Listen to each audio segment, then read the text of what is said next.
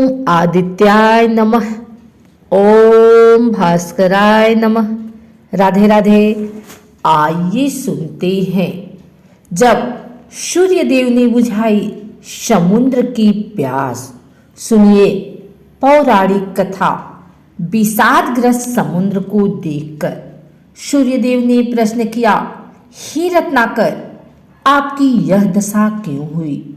यदि मैं आपके दुख निवारण में किंचित सहायक हो सकूं तो अपने आप को सौभाग्यशाली समझूंगा।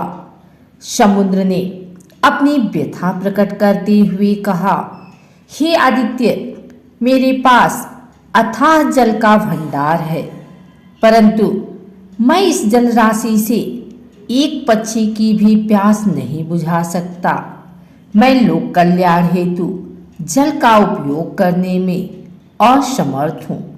बस इसी पीड़ा से मैं अत्यधिक व्यथित रहता हूँ। समुद्र के दुख का कारण जानकर सूर्य ने कहा, हे महासागर, ऐसी संपदा जो अपनी विशालता प्रदर्शित करने के लिए ही संचित की जाए और उसे लोक कल्याण में व्यय न किया जाए, वह संपत्ति इस खारे जल के समान ही अनुपयोगी और व्यर्थ सिद्ध होती है तथा अनेकानक दुखों का कारण भी बनती है। इसलिए बुद्धिमान को चाहिए कि अपने द्वारा संचित धन का समुचित अंश जन कल्याण हेतु समर्पित कर यश का भागी बने। समुद्र ने शंका प्रकट की, परंतु मित्र, मैं इस खारे पानी को किस प्रकार उपयोगी और हितकर बना सकता हूँ?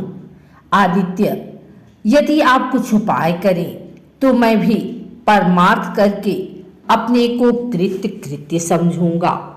सूर्य ने कहा, मैं अपनी तेजस्मा से महान जल राशि का कुछ अंश वाष्पित कर दूंगा। ये वाष्प समूह ऊपर उठकर घटाओं के रूप में परिवर्तित हो जाएंगे।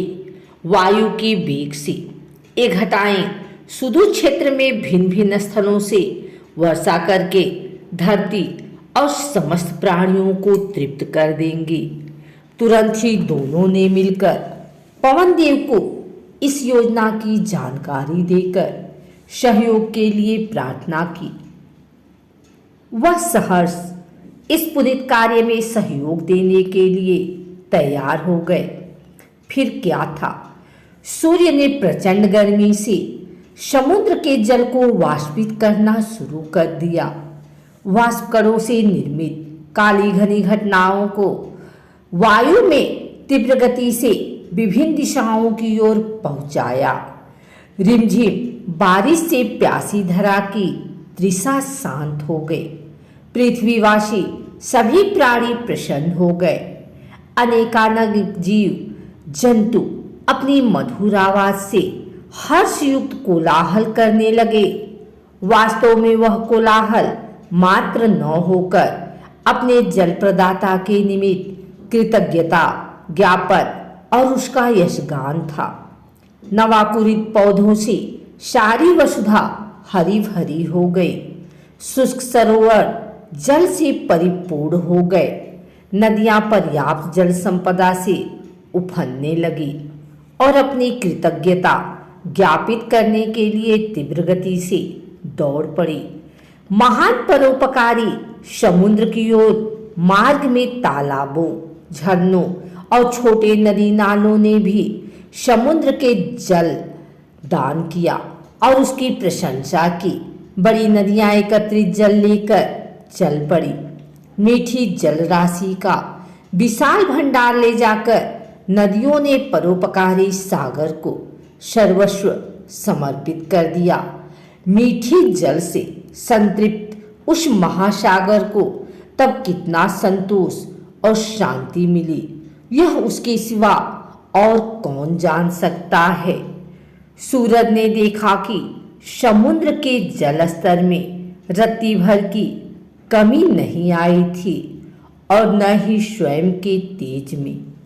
इस कार्य में सहयोगी हवा भी शोधी महक से सुरभित हो गई थी। अगर आपको हमारी वीडियो अच्छी लगी हो तो इसे लाइक करें, कमेंट करें, शेयर करें। हमारे चैनल को सब्सक्राइब करके बेल नोटिफिकेशन ऑल पर सेट कर लें ताकि आगे आने वाली वीडियो सबसे पहले आप तक पहुंच सके। धन्यवाद।